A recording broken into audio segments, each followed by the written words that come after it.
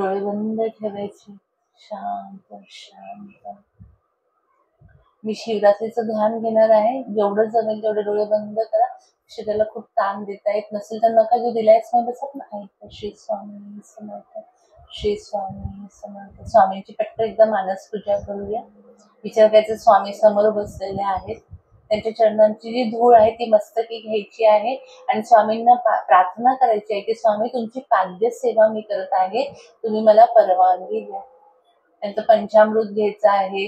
तर तूप, ते दूध, दही, मध, साखर घालायचे आणि एका हाताने त्यांचे दोन्ही चरण असे तळव्यावर आपल्याला घ्यायचे आणि एका हाताने चोळायचं आहे खालून वरून. श्री स्वामी समर्थ, श्री स्वामी समर्थ, श्री स्वामी समर्थ. सगळ्या बाजूने कुठे फोड आलाय का स्वामींच्या पायाला, कुठे काटा उठलाय का, खालची पायाची स्किन बघा कशी झालीये. श्री स्वामी समर्थ, श्री स्वामी समर्थ, श्री स्वामी. आता छान शंखामध्ये पाणी घ्यायचंय आणि कोणाला तरी सांगायचं तुम्ही चोळायचे वरून पाणी. गंगा, गोदावरी, नर्मदा, सावित्री, सागर सगळे तुमच्या मागे उभे आहेत, तुम्हाला प्रार्थना करताय की काही आमचं जे जल आहे ते स्वामींच्या चरणांवर घाल. प्रत्येक जण तुम्हाला आवाज देत आहे. त्या सगळ्यांच्या कुंभांमधलं लोक प्रयागला गेले होते पण ते प्रयागराज तुमच्या मागे उभे आहे आणि तुम्हाला प्रार्थना करताय, विनवणी करताय की आमच्या जे जल आहे, माझं जे जल आहे हे तुमच्या गुरूंच्या चरणांवर घाल. त्यामध्ये प्रयागराज, सागर सगळं तीर्थ स्वामींच्या चरणी घालायचे, छान चोळायचे वरून खाली. एवढं तूप पण ते लावल्यामुळे पाय जर असे थोडे मऊ मऊ मऊ व्हायला लागले. आपल्या डोळ्यात पाणी येतंय की स्वामी काय पायांची अवस्था करून घेतली. आता हळूच आपलं पदर घ्यायचा आहे, ओढणी घ्यायची आहे आणि त्याच्याने हलक्या हाताने दोन्ही पाय हळूच पुसायचे आहे. आपलं बाळ धावत आलं कुठं लागलं तर कसं रडत असल्यावर आपण कसे त्याचे डोळे पायाला कुठं लागलं असेल तर हळू फू फू करून पुसतो ना, तेवढ्याच प्रेमाने स्वामींचे चरण पुसायचे. स्वामींच्या पण डोळ्यात टप टप टप टप पाणी येत आहे म्हणजे तुमच्या डोक्यावर आशीर्वादाच्या रूपाने. त्यांनाही ते भक्ताचं प्रेम बघून किती आनंद वाटतो, किती प्रेम करणारी आहे माझ्या, मी काय दिलंय तुझं, आपल्याला काय मिळालंय आपल्या आयुष्यात आपल्याला माहिती आहे. तरी सुद्धा स्वामी म्हणताय की तरी तू माझ्यावर एवढी कसलीही अपेक्षा न करता तू माझ्यावर हे प्रेम करत आहेस. श्री स्वामी. त्यानंतर बेलाची पानं, तुळशीची पानं, मोगऱ्याची फुलं त्यांच्या चरणावर व्हायची. खालून चंदनाचा लेप लावायचा जेणेकरून जे पायाला जखमा झाल्या त्या पटकन भरून याव्या. हात स्वच्छ धुवायचे, थोडस चंदन घ्यायचे ते मस्तकी लावायचे. शिवरात्री जवळ येते, भस्माचा दगड घ्यायचा आणि त्याच्यावर हात घासायचे आहे आणि ते भस्म त्रिपुंड लावायचं आहे. गळ्यामध्ये बेलाची पानं आहे त्याचा हार बनवलेला आहे. जसं विठ्ठलाला तुळशीचा हार बनवतो तसा बेलाचा हार बनवलाय स्वामींना. मला वेळ होता, मी बेलाचा हार बनवला स्वामींच्या गळ्यात घातलाय आणि डोकं ठेवते, त्यांच्या चरणांवर नमस्कार करते, माझ्यासाठी माझ्या कुटुंबासाठी प्रार्थना करत आहे. जे मनात आहे ते मागून. एक जगात अशी एकच कोणीतरी आहे की आपण हक्काने सगळं दुःखही सांगू शकतोय आणि आपल्याला हवं येते मागू शकतो. तिथे कुठली लाज, काही मनामध्ये भीती, जे मागायचं ते मागून. आणि हळूच डोळे वरती करतोय तर स्वामी तिथे नसून साक्षात शिवशंकर तिथे बसलेले आहे. तेच माझे स्वामी आहे आणि तोच शिव आहे. माझ्या डोळ्यावर माझा विश्वास. लोक 12 ज्योतिर्लिंग करायला जातात आणि तो शिव माझ्या समोर येऊन बसलेला आहे. हे मी कुठल्या जन्मीचं काय पुण्य केलं होतं की साक्षात शिवशंकर माझ्या समोर येऊन बसलेला. एक भक्ती, फक्त शबरीची जी भक्ती होती तीच माझ्याकडे, उष्टी बोरं तुला खाऊ घातलेली आहे, काहीही देऊ शकली नाही. तरी तो माझ्यासाठी इथं सगळं जग तुझ्याकडे येत आहे आणि तू माझ्याकडे आलेला आहेस. बुधवारी शिवरात्री आहे. त्या दिवशी कोणाला म्हणजे प्रश्न पडेल, प्रत्येक महिन्यात शिवरात्री असते पण वर्षातली ही माघ महिन्यातली महाशिवरात्री का बोलली जाते तर त्याच्या मागचं कोणी म्हणतं त्या दिवशी शंकराचा आणि पार्वतीचा विवाह झाला, कोणी म्हणतं की गंगा त्यांच्या डोक्यातनं निघाली तो हा दिवस. आणि कोणी म्हणतं की पहिल्यांदा जी शिवलिंगाची पूजा ह्या दिवशी केली गेली तो हा दिवस. तर त्याच्या मागचं शास्त्र सांगते, ते सगळं तुम्ही इमॅजिन करायचं आहे.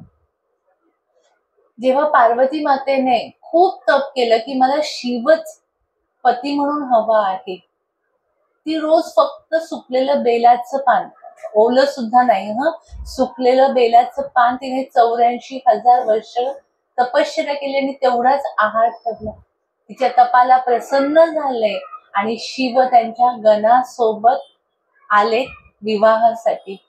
तर त्यांचे गण कोण होते ना, भूत, राक्षस, कोणाला एक डोळा नाहीये, कोणाला शिंग आहे, कोणाचे डोळेच नाही आहे, कोणाला 10-12 हात आहे, अशी सगळी त्यांची ती भूतांची सेना बघितली.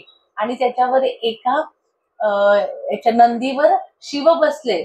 शिवांनी भस्म लावलेलं आहे चितेचं, त्याच्या केसांच्या जटा झालेल्या आहे आणि ते वरात घेऊन दारात आले पार्वती मातेच्या. पार्वती माता अतिशय सुंदर होती आणि हट्ट होता की मला लग्न फक्त शिवाशीच करायचंय. आई समोर गेली आणि बघून घाबरली त्या भूतांना. वडील घाबरले आणि आपली मुलगी, आपण मुलगा कसा बघतो, की मुलगा दिसायला चांगला आहे का, हे सगळं बघतो आणि याच्या हातात कसं काय मुलगी द्यायची हा विचार केला. आणि घाबरलेले सगळे नातेवाईक सगळे माघारी गेले.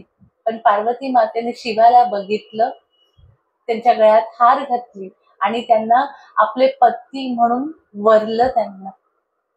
आणि जेव्हा तिने स्वीकारलं की शिव माझे पती आहे, क्षणार्धात जादू झाली आणि हे जे भस्म लावलेले, जटा झालेले, असे जे त्यांच्या गळ्यात त्या मुंड्यांच्या माळा होता, एका क्षणार्धात ते चंद्रशेखर सोमनाथ झाले. अतिशय सुंदर. जगातल्या सगळ्यात कोण सुंदर असेल तर त्या दिवशी ते सुंदर होते. मग याच्या मागचं शास्त्र काय आहे? मनुष्य प्राणी एक आहे जो ध्यानात बसू शकतो, सरळ बसू शकतो. कुत्रा, मांजर, गाय, बैल सगळे तुम्ही बघितले असेल, त्यांच्या पाठीचा मणका हा आडवा असतो. फक्त मनुष्य प्राणी एक आहे की ज्याचा मणका हा सरळ आहे. मग शिवरात्रीला काय होतं ना, आपली पृथ्वी नेहमी थोडी तिरकी असते. त्या दिवशी पृथ्वी आपली सरळ होते आणि ही ईश्वरी शक्ती ही पृथ्वीमध्ये येत असते. आणि पृथ्वीतनं जेव्हा आपण प्रत्येक गुरुवारी ध्यान करतो तर आपण काय करतो, मूलाधारातनं वरच्या चक्रात जाऊन आपली शक्ती माथ्यावर घेऊन जातो. मग मूलाधारात कोण आहे तर मूलाधारात पार्वती माता आहे, शक्ती आहे. तिला आपण रोज वरती घेऊन जायचा प्रयत्न करतो. पण ह्या दिवशी महाशिवरात्रीला काय होतं, त्या दिवशी शिवही खाली येतात मूलाधारात. म्हणजे ते कुठे असतात, ब्रह्मांडात असतात. आणि पार्वती मातेशी लग्न करण्यासाठी ते कुठे येतात, ब्रह्मांडातनं मूलाधार पार्वती मातेच्या घरी म्हणजे मूलाधारात येतात. किती मोठी गोष्ट आहे की रोज तुम्हाला ध्यान करून ती शक्ती वरती यायला लागते, पण ह्या दिवशी ही शक्ती खाली येते. फक्त त्याला एकच गोष्ट करायला पाहिजे, त्या दिवशी तुम्ही सरळ बसायचं.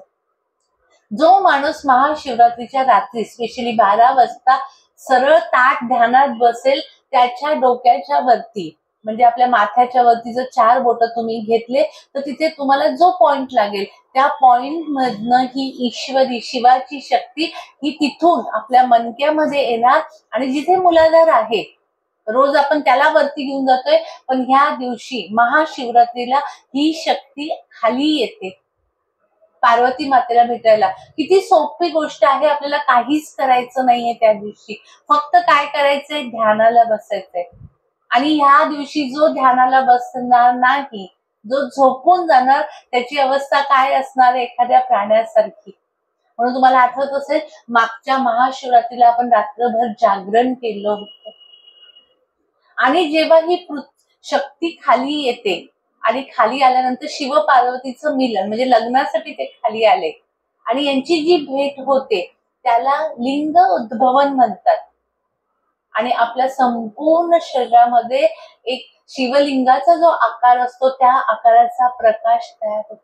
मग जगात किती लोक आहेत की जे शिवरात्रीला रात्री 12 वाजता ध्यानात बसतात. प्रयत्न करायचा आहे की त्या दिवशी ध्यानात बसायचं. याचा आणखीन एक अशी अर्थ आहे, जेव्हा हे सगळे भूतगण आले तर सगळे घाबरून गेले, फक्त पार्वती माता घाबरली नाही. हा संसार आहे, ही शक्ती आहे, तो शिव आहे आणि भूतगण म्हणजे आपल्या आयुष्यात येणाऱ्या अडचणी. पार्वती मातेने त्या अडचणींना स्वीकार केला, त्या अडचणींचा, आणि क्षणार्धात म्हणजे ह्या अडचणी बाजूला झाल्या आणि तिच्या समोर शिव दिसले. अडचणींपासून जी व्यक्ती पळून जाते ती असं म्हणतात की संसार सोडून ईश्वर मिळत नाही. त्या अडचणींना जो समोर जातो, आपल्याला स्वामींचं प्रेम काय आहे? ते म्हणताय की तू क्षणाक्षणाला प्रत्येक संकटाला तोंड दिलेलं आहेस. तर त्या अडचणींना जो स्वीकार करतो त्यालाच फक्त शिव मिळू शकतो. त्यामुळे प्रयत्न करायचे की महाशिवरात्रीच्या दिवशी रात्री स्पेशली 11:30 ते 12:30 हा 1 तास जो आहे, तेव्हा ह्या पृथ्वीवर शिवाची ती शक्ती येत असते. आपल्याला घ्यायला जायची गरज नाही, फक्त आपण एकच काम करायचंय की बसून राहायचं आहे. आणि ती शक्ती म्हणजे जे 365 दिवस तुम्ही ध्यान केल्याने मिळणार नाही, तुम्हाला ह्या एका दिवसात मिळणार आहे. किती मोठा दिवस आहे, म्हणजे साधकांसाठी स्पेशली खूप मोठा दिवस आहे. आणि ह्या पार्वती मातेने ही बेलाची पानं खाल्ली होती, त्याच्यामुळे जेव्हा ती हे बेलाची पानं खाऊन अतिशय अशी म्हातारी दिसायला लागली होती, तेव्हा त्याने शिवांनी शक्तीला प्रार्थना केली आणि क्षणार्धात पार्वती माता 16 वर्षाची कन्या युवती झाली आणि मग त्यांचा विवाह झाला. त्यामुळे बेलाला शिवाने एक वरदान दिलं आहे की माझ्या पूजेमध्ये जोपर्यंत बेलाचं पान अर्पण होत नाही तोपर्यंत ही पूजा पूर्ण होणार नाही.